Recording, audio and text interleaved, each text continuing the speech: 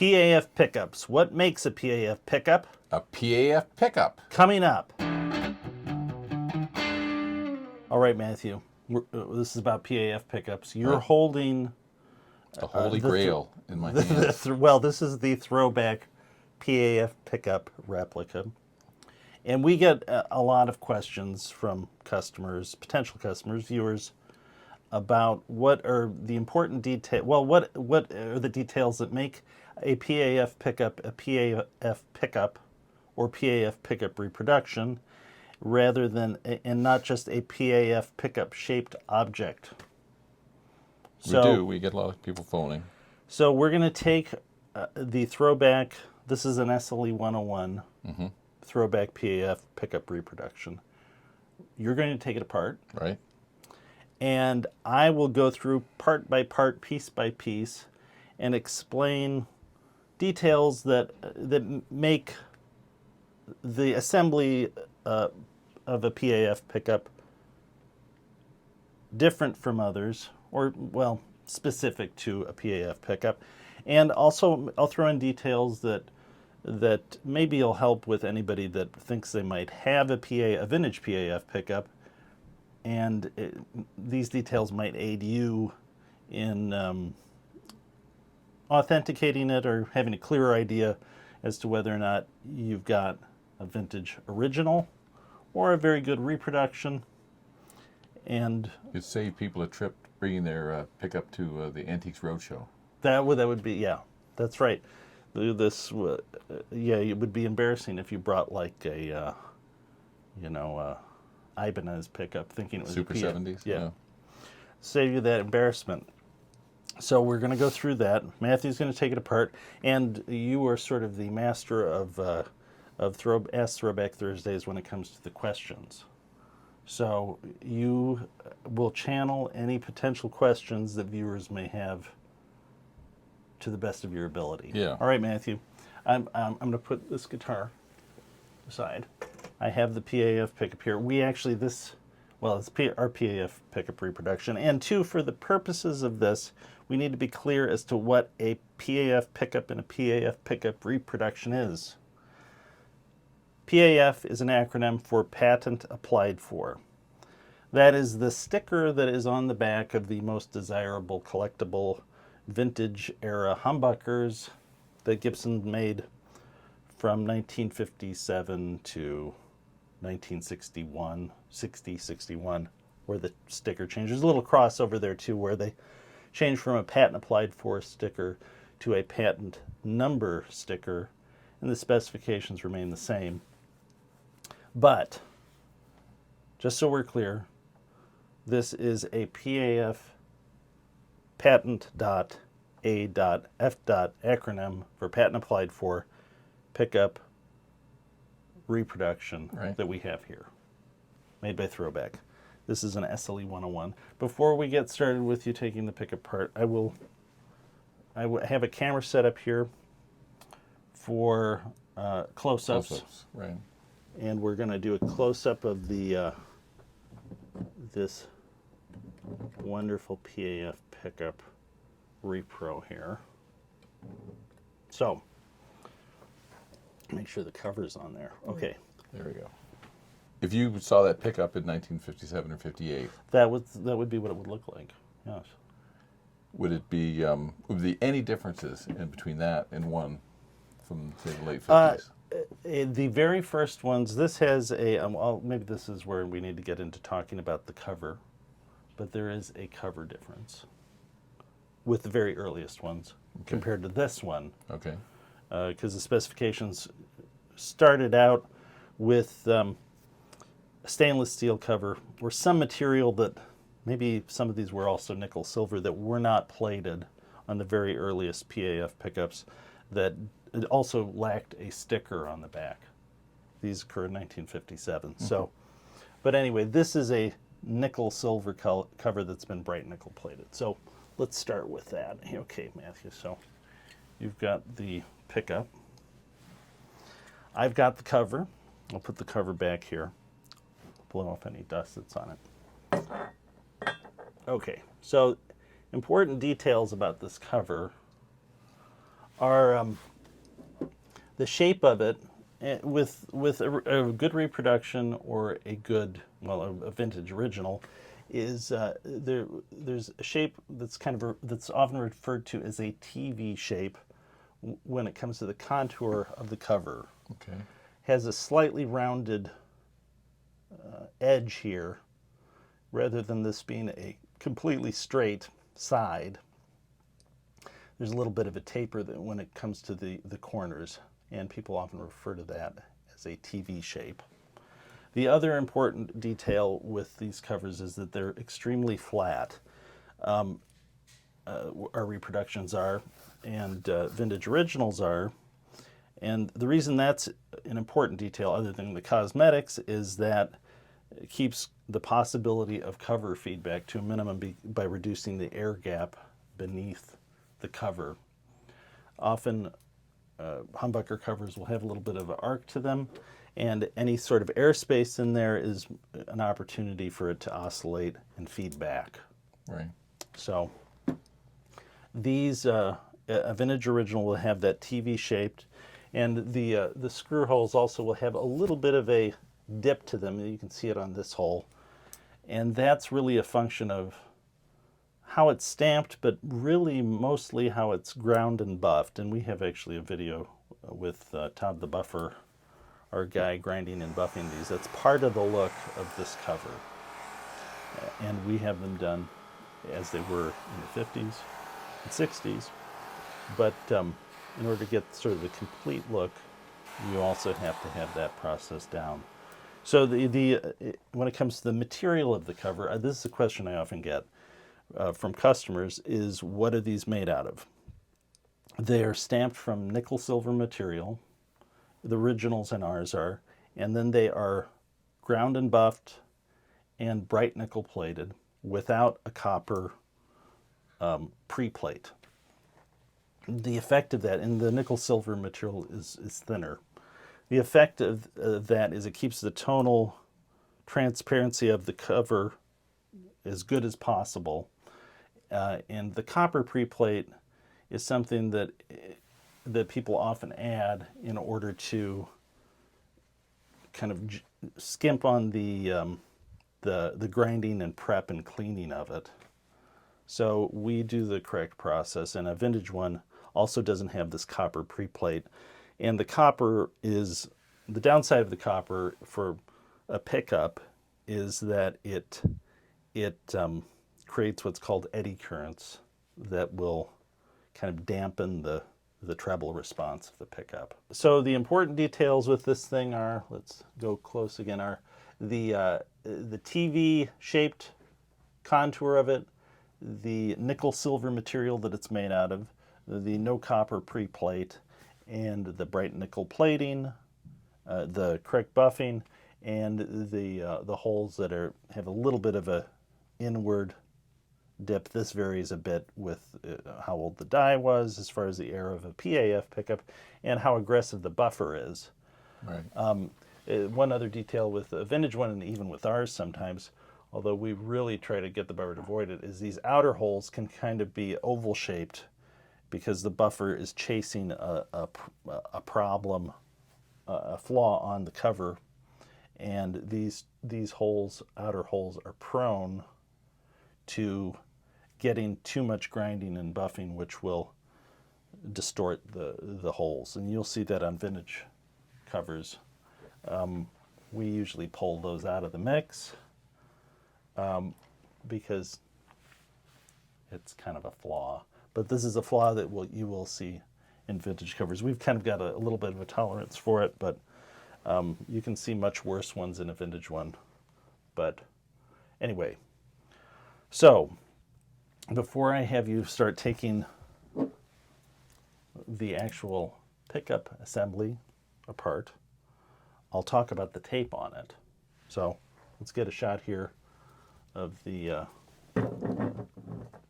cover and the pickup.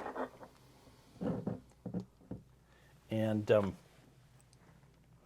the coils are covered with tape, but before we get to the coils, The ends of the pickup here, where the connections are, these are covered with a piece of 1/2 inch tape. And on a vintage one, this could be a 1/2 inch, or it could be 2/4 inch pieces of flat back black tape. And we use 1/2 inch to cover the end and the 1/4 inch for just the coils, but sometimes you'll see 2 pieces of 1/4 inch for the end of the pickup here to cover up the electronic connections. So I'll take this off. Let me get this out of view here. All right. So this is one of the details that you can use to spot fake. And that is, well, or a very good reproduction like ours. And that is this tape on a vintage PAF pickup will be, the adhesive will be black, will not be white like this. In fact, I have a little piece of old tape here. And as you can see, that adhesive side of it is black and not clear like this piece where you can see the fibers of the tape. And you might find tape too that you don't see white fibers, you see black fibers. But that's pretty unusual too. You have to have black adhesive and black fibers, and the flat portion, black portion of it here on this vintage tape. Let's get a little closer view of it. That's it has a little adhesive residue on it there, but that's the non-adhesive side of a vintage piece of tape. That's the adhesive side. And you've only ever seen that type of this is tape. This is a 3M brand of tape that is no longer made. And one of the distinctive characteristics of it is the fibers are black and the adhesive is black. When that adhesive comes off, it leaves a black residue. And any of the reproduction tapes available now, it's a clear adhesive and the fibers are not black. Now this is flat black tape, or flat back tape, rather than crepe. The other is if you have a pickup that has crepe tape or some plastic tape, you know right off the bat that's not an original vintage pickup. So let's take the tape off of there, and you can start taking this pickup apart. Okay. All right. Why don't you start by removing the pull screws, or remove one, and actually before you do that, I'll just show the end here. That tape was covering up the connections here for the braided wire, hot lead, and the internal connections for the pickup. Okay, you ready? Yes, this is. Put it in there. Okay, so well, just back the rest out so you can take the bobbins off. So that's your pull. These are, I always forget exactly what the specs are for these as far as the size, but this is that is a 3/4, 540 thread, 3/4 Philister head, flathead steel screw that is plated bright nickel. And it has a little bit of the plastic on it from the bobbin there, which is not unusual with vintage one either. But the important detail with these, other than obviously the size and shape, is the steel content. And I've mentioned this in other videos, but a vintage PAF pickup, these are going to be anywhere from 1006 steel to 1018 from the testing that we've done. And all of our reproduction screws are within that range. We've got 4 varieties. And that's tonally, that's an important part for the for vintage pickup and for reproduction. Okay, so the other screw here that is coming off, the Matthew's taking off before we take the bobbin off, are these 4 brass screws, 2 for each bobbin. So you're just taking off 2 right now. These are little brass wood screws that we have made, and vintage ones use these as well. These are number 2 half-inch Phillips round head screws in brass. A vintage one,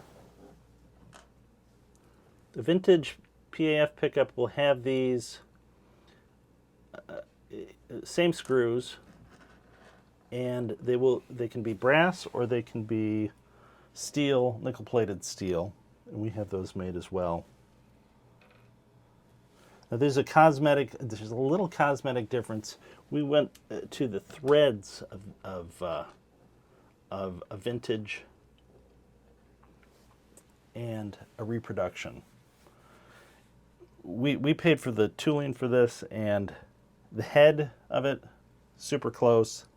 The threads, there's still a distinction between a vintage one as far as how they look.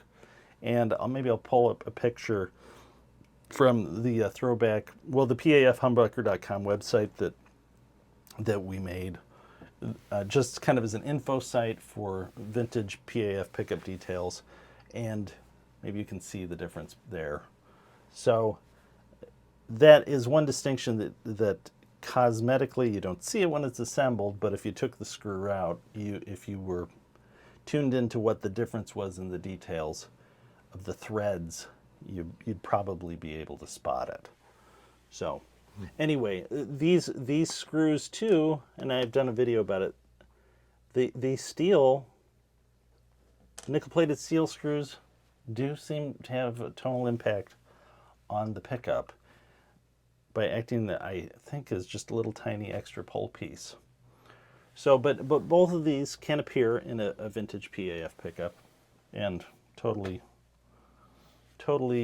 legit as far as that detail goes. Because sometimes you'll have people that say, well, it should have steel, it should have brass, it's got steel, and this is not an authentic PAF pickup. Well, they did have steel. And they did have steel sort of randomly throughout the era. So even very late, very early, and very late, and in the middle you can find them, steel.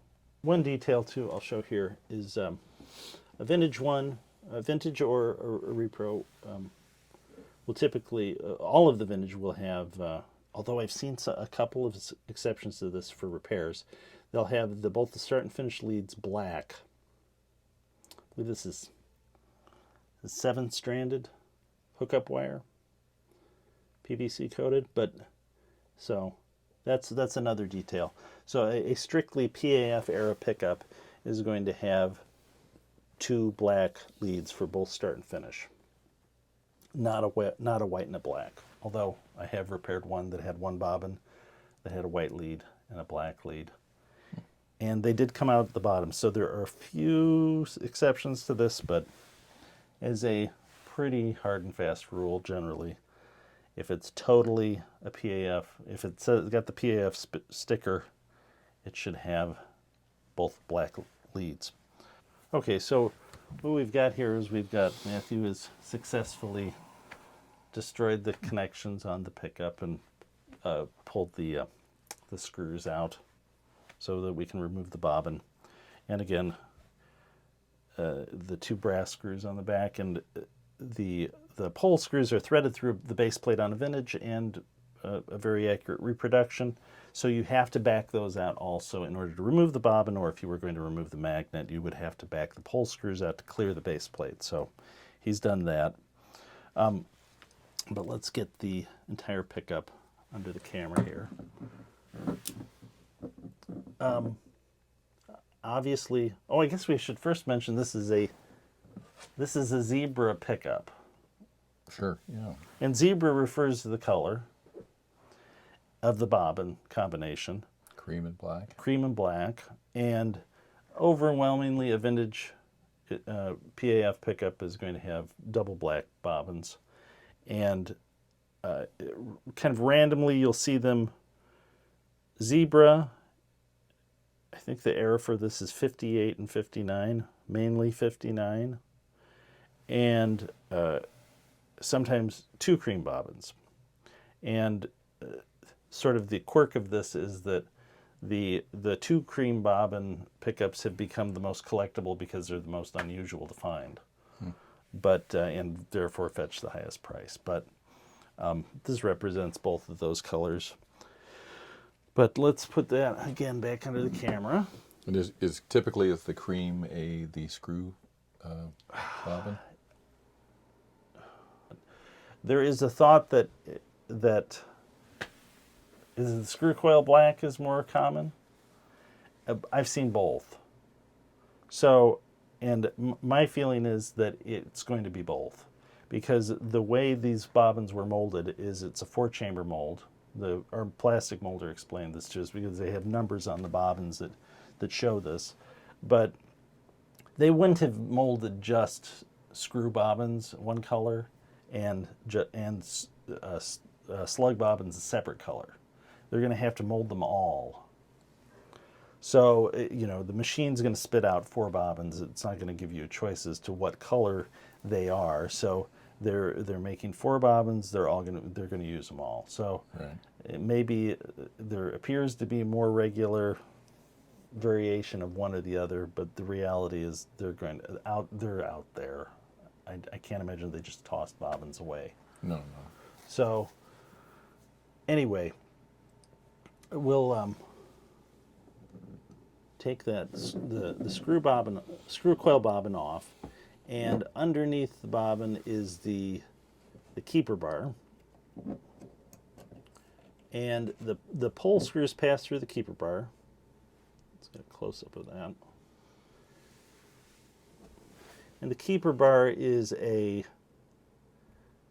1/8 inch thick steel bar, and the important detail of this is that it is 1016 to 1018 carbon content steel, and that's what the vintage are, and that's what ours are.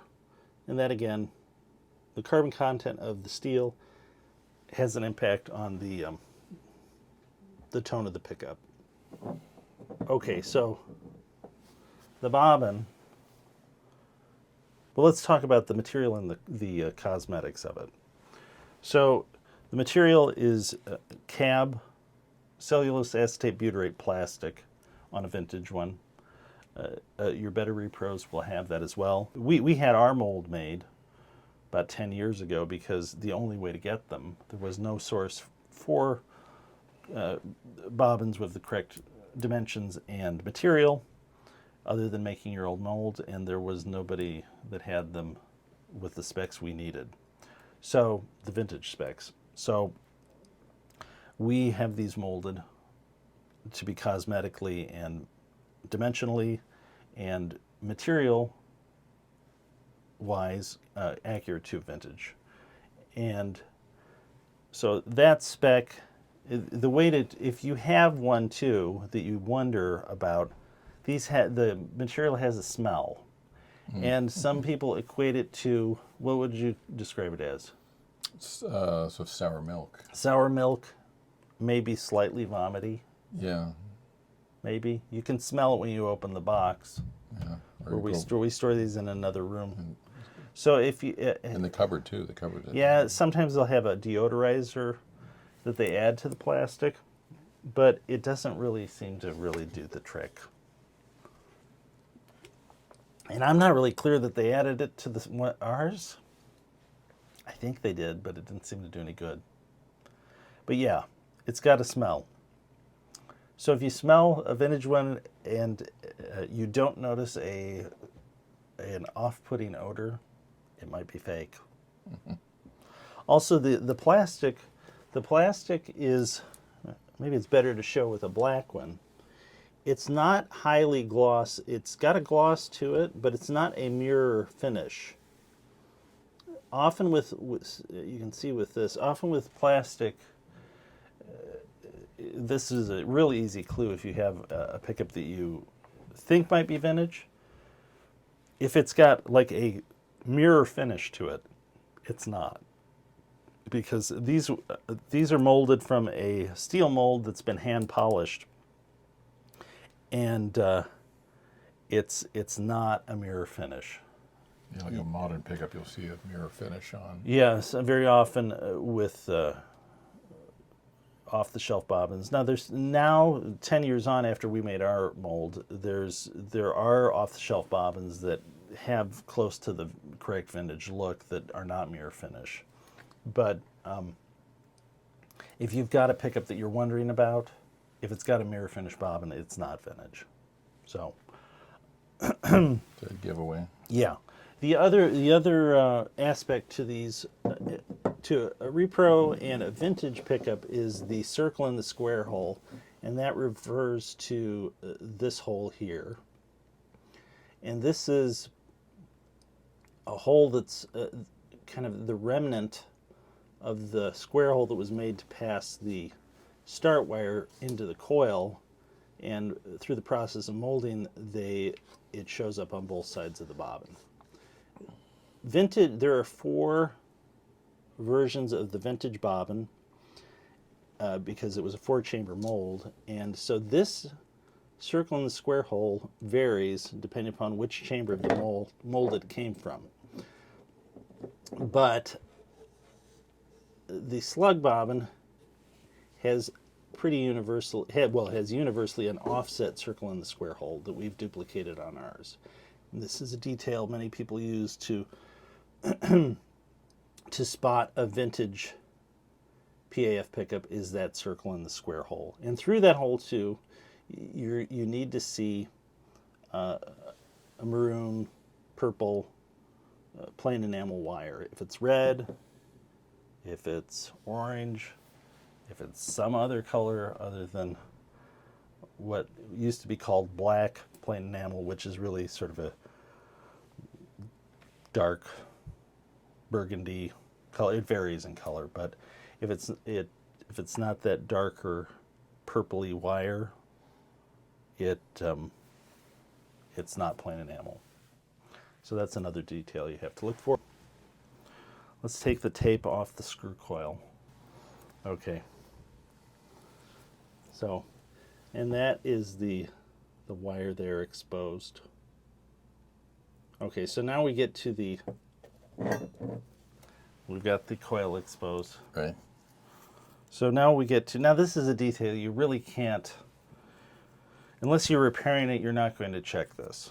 And that is the turn per layer, or the shape of the coil for a vintage PAF pickup or a reproduction. But what the important detail is with a vintage PAF pickup is that these coils are machine wound. They're all machine wound, and that has an impact tonally. And we've done videos about this. But the upshot of it is it's got to be machine wound for the correct tone. Right. You can make a great pickup that's not machine wound, but it's not a PAF spec pickup in my mind. In what is really one of the most important details, which is the coil. So plain enamel wire, machine wound, and it needs to be machine wound with one of 4 very specific turn per layer counts that are present in vintage PAF pickups. And I've done videos of 3 of the machines. The 4th I have yet to do a video about, but that turn per layer count is really a result of machine setups, Gibson machine setup for that specific machine. And if you want to know the history of that, you check out the videos for that. And I'll put some links in the description.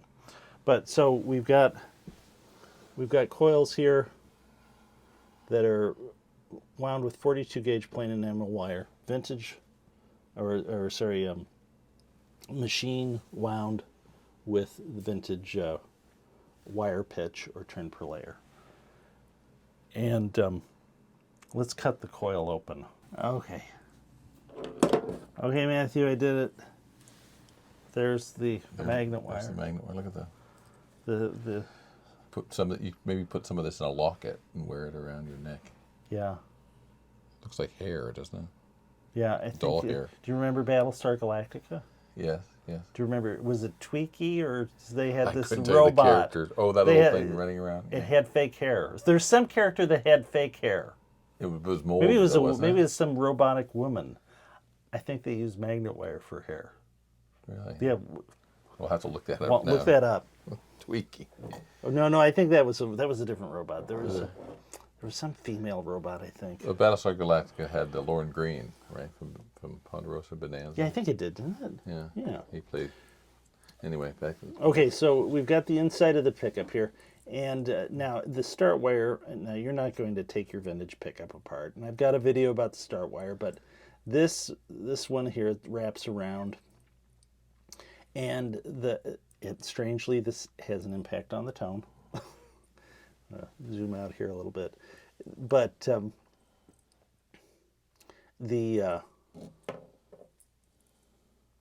that length can vary a bit with a vintage one. So let me just pull that out of there. And let's see if we can find the mold marks. All right, so the mold number, the bobbin mold number is right there. That's a number 1, and that indicates on a vintage bobbin that it came from the first chamber of the 4-chamber steel mold that Gibson used to mold vintage PAF bobbins. And I believe I've got a photo that shows 3 vintage PAF bobbins stacked up that I will show. Not surprisingly, you have 4 variations. If you know what you're looking for with these, with the circle and square hole, there's also one that has a little hole filled on it. We duplicated that for one of the chambers. This is a pin that's been filled. We duplicated that you would find on one of those 4 chambers in a vintage PAF. And that just indicates for the molder that made the tooling which chamber it is that they're looking at with the part. But do yours have the different numbers on them? Yeah, so we have a 2-chamber mold. So we only do 1 and 2. 1 and 2, okay. And I picked what the 2 I thought were the most iconic oddities of a PAF pickup to choose as far as what kind of cosmetically things to do with it. But as far as how to duplicate the flaws. Because one of the chambers that we didn't duplicate, this contour is not quite, it's got a little jog in it there, and it doesn't look quite, that radius doesn't look quite right. And the other thing that changes is the size of the screw hole, of the circle and square hole for the screw coil is different between the 2. So, one more thing I'll mention about the bobbin here is that a vintage one and repros will have this, what's called sink, which is where the plastic has cooled after being molded. It will shrink back and create these little divots. And that will change in degrees as to how deep that is and how prominent it is. And you can even see it on the inside of the bobbin. It's shrunk up here. So is anybody else making a bobbin with that kind of detail? You can get... The detail with this too is dimensionally on the inside of the bobbin. The coil former is different, slightly different for the slug and screw coil. This is another reason we have them made. There are repros available now that are much closer to the vintage. I personally think ours are the preferred, but that's the way it is. It's my opinion. I'm going to stick to it. Okay, so we've got now we've removed the slug bobbin. Oh, hey, you want to go get some slugs? Yeah. Just get some slugs. So this is called the slug bobbin because these metal rods in here are referred to as slugs. They're just dowel pins that have been cut off from a larger rod and then nickel plated. These, interestingly, are actually more expensive to make than pull screws because they require being cut off individually with what's called a screw machine, rather than a cold header machine, which can make screws much faster than this can just cut than a old-fashioned screw machine can cut off a little rod. So, but these have a distinctive characteristic that you'll see in a vintage, and I'll maybe get a closer up view of this, and that is this bullseye shape, and this will vary with reproductions or vintage. And that's one way you can know that it is vintage, that these patterns change. That's the result of the process of cutting these off with what's known as an old-fashioned Brown and Sharp screw machine. Usually it's Brown and Sharp, but it doesn't have to be. But that bullseye shape is an indicator of a vintage or of an accurate reproduction. I've seen these repros that have this exact same, have an identical shape on all of these because they've tried to duplicate it with a cold header die, and it's not the same look or correct look. So Matthew got some slugs here from our little bin of slugs, and here you'll see. This is one of them. See if it'll focus on that. You got two different ends, two different looks. And so the important detail with these slugs is, other than the cosmetic aspect of it, is the material. These slugs. Like that, maybe. Oh, no. I think I got enough close-ups. But the slugs are made, do you know what the steel is for these? I don't. The carbon content of the steel is important. And these use a very specific type of steel that I'm drawing a blank on. I believe it's 1215. It's a machinable steel. What that means is that these can be cut off by a machine without lubricant. I think they add magnesium to it in order to do that. And there's 1215 and 1215L. The L has lead. I've never found any that have lead. I've never found any tested that were the 1215L type in a vintage PAF. They've all been 1215. Screws can vary widely from 1006 steel to 1018. All of these I've found 1215. So that's what we use. And then they're cut off to very specific length and barrel nickel plated, and then press fit into the bobbin. But again, the bullseye shape and the material spec, both important to a vintage PAF or a repro. In your fixing vintage stuff, they've always been the same size? You haven't seen any variation in slug size? The diameter can change. There's a tolerance for the diameter, and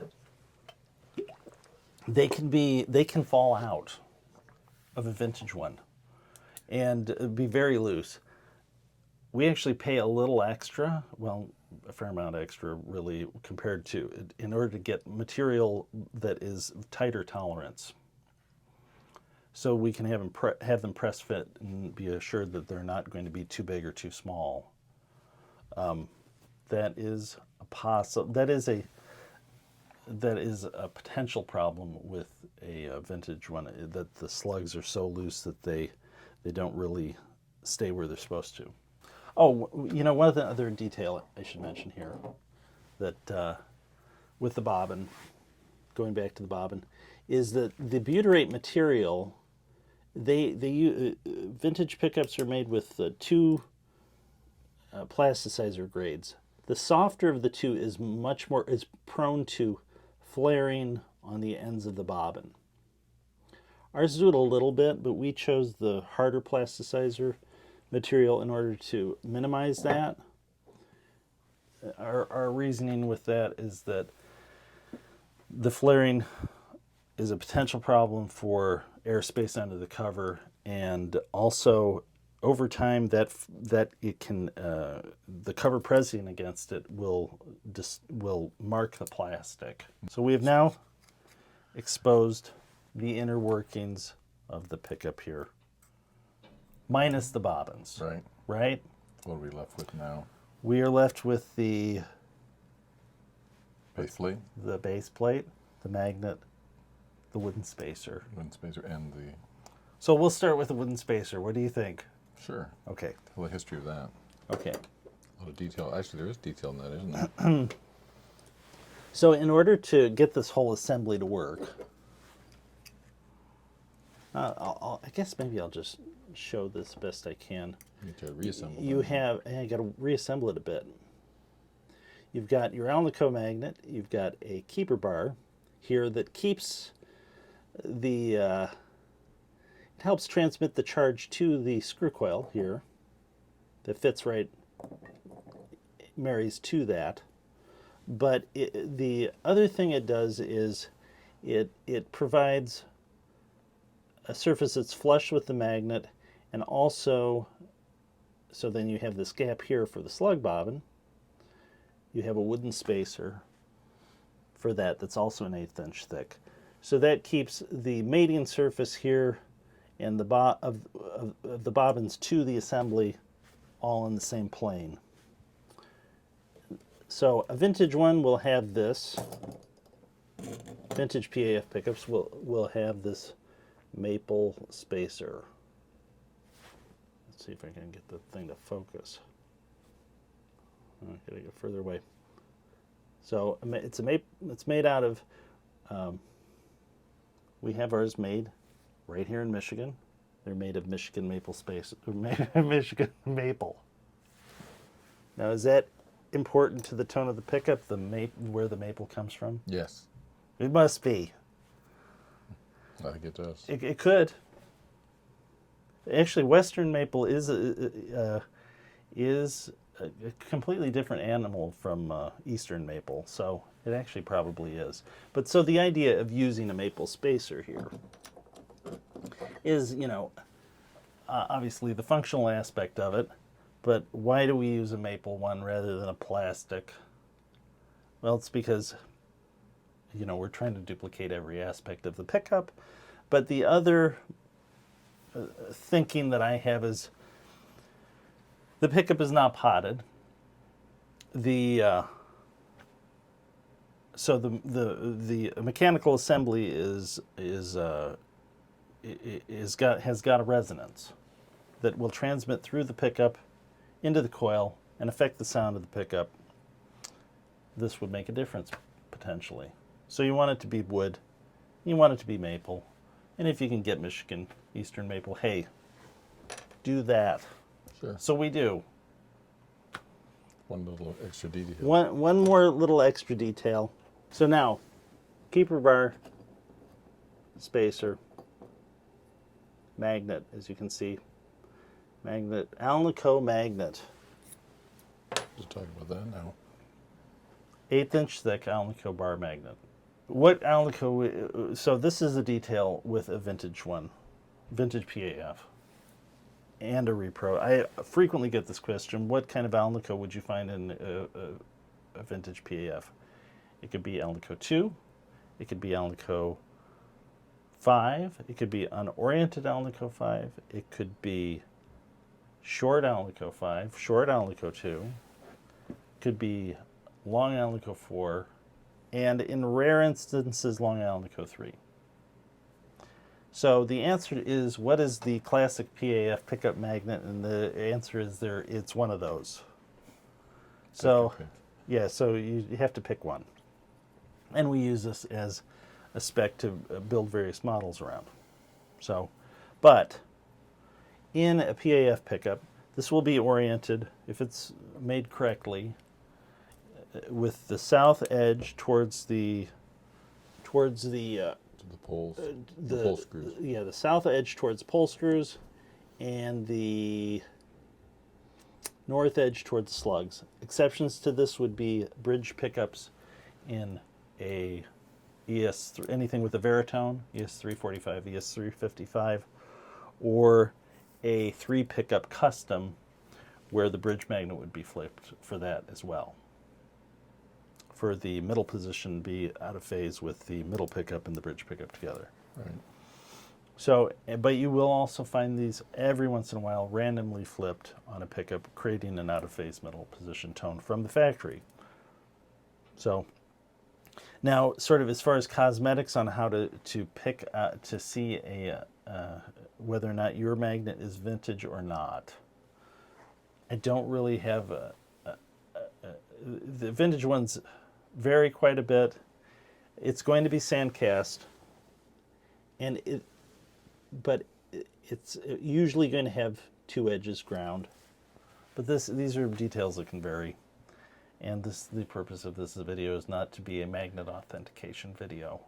But sand cast Alnico, if it's a vintage PF, it's got to have sand cast Alnico magnet. Some of these surfaces may be ground on a vintage one. Some of them may be ground before heat treating, which will make them oxidized. Some of them may be ground after, which will make them shiny. Is it possible to identify what type of pickup you have in? What type of magnet? Sorry, what type of magnet you have in this? You think it's a PAF pickup? All indications are it is. You take the magnet out, can you figure it out? The way to do it, that I do it, well, there's 2 ways. I don't know if it's a short or a long, obviously. The only one that I have found that you can reliably tell is a certain grade is Alnico 3 because it charges way lower than anything else. Mm-hmm. So if you have the ability to charge the magnet and drop the charge back to where it was before you charged it, then you can single out Alnico 3 very easily. The other grades require a test bed where you have a pickup and you see what effect the inductance, the magnet has on the inductance of the pickup. Okay. And that most people are not going to have, and that's not a super precise way of figuring out the grade of Alnico. It's comparative, so you have to have some reference magnets that you know for certain what the grade is. Right. And then you can compare the inductance readings at different frequencies to narrow down what it could be. So there isn't obvious cosmetic differences between the various types of Alnico magnets? No. There are cosmetic differences that I think are related to the manufacturer of the magnet. Okay. But for vintage magnets, but I have not found there to be a hard and fast rule as to what the look is of a certain grade of vintage magnet. So we've stripped all the components from this and left this bare base plate with just the vintage style braided wire. So let's talk about the base plate. The base plate is of nickel silver material also. If you have a good repro or a vintage, if you have any pickup that you think might be a vintage pickup and this is brass, you know right off the bat it's not a vintage pickup. Just you won't find it. No. And that's an important detail because brass, again, this has an effect on eddy currents, and as a general rule, brass will darken tone in a pickup and reduce output. Now that's more of an effect. Maximum effect from that would be if it's on the cover, but you want the base plate material to be the same with a vintage, or if you're making a repro. So the details with the base plate are the holes for the screws here are threaded for the pole screws, and that locks the entire assembly together. If you have a vintage pickup that has a visible gap between where the pole screws pass through these holes, you know it's not a vintage pickup. And you know it's not a super accurate repro. If you these I guess the reasoning for having the, when you say that, you mean that they're not threaded, that the holes are too big? The holes are big enough that, so larger production pickups often will have those holes larger, so when the pickup is assembled, all they have to do is just place the cover over a bobbin that already has the pole screws put in it. And they're just attaching it with the small. Yeah, brass so they type can screws. just have the bobbin with the pole screws, they place that over it, and then they just put the little brass screws in, and then they're done. They don't have to line stuff up and either have the screws self-threading or tapped through the bobbin and base plate beforehand. So it's a way to speed production up. Production. It's gonna. But you have more solid assembly Less stable. with the pole screws threading through. But that's an important detail, especially since these are not wax potted. If you have good microphonics, the more solid the assembly is, the more you're going to get those good microphonics through the pickup. So that's a detail. The placement of this hole is very precise for a vintage or a repro. There are repros that have.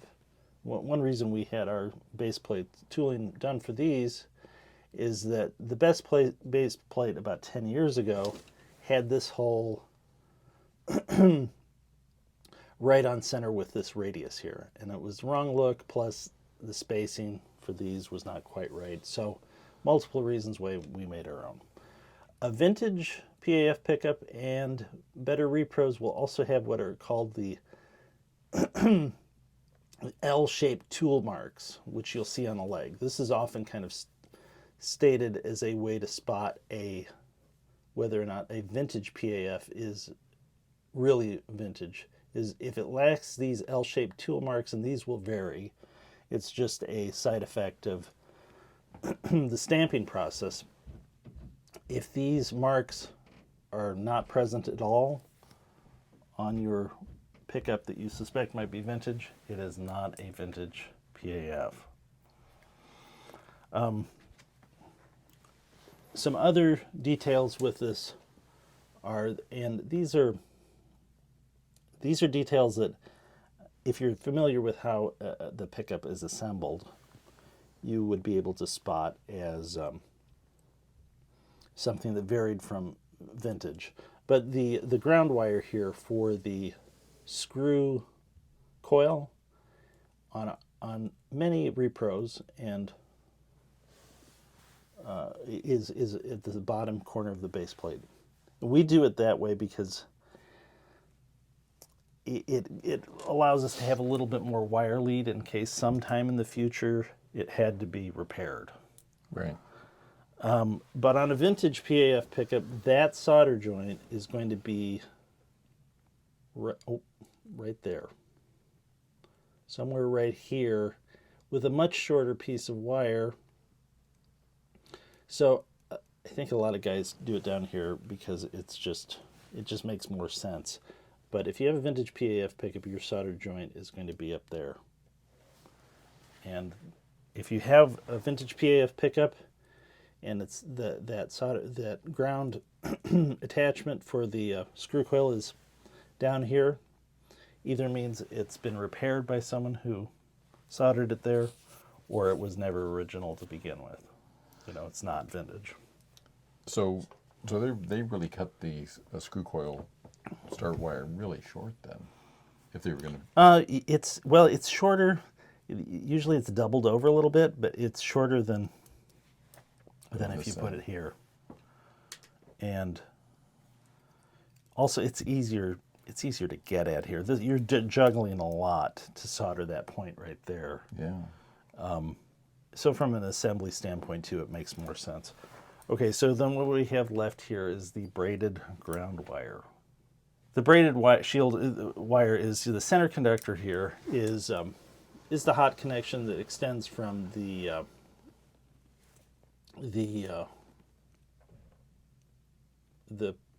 pickup to the volume pot, and the braided shield is the ground that is soldered to the back of the volume pot. So your vintage pickup here will have shield that has 2 strands, and better repros here.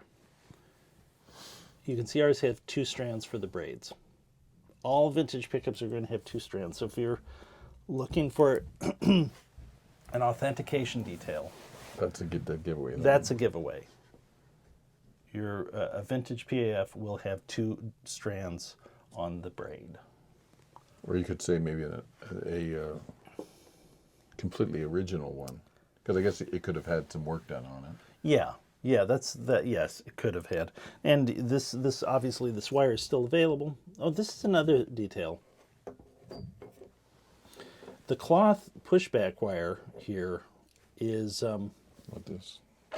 Let's see if I can. I need to have something for to focus on. It's got a black layer, and then under that, it's got a cotton. It's got a white layer of fabric.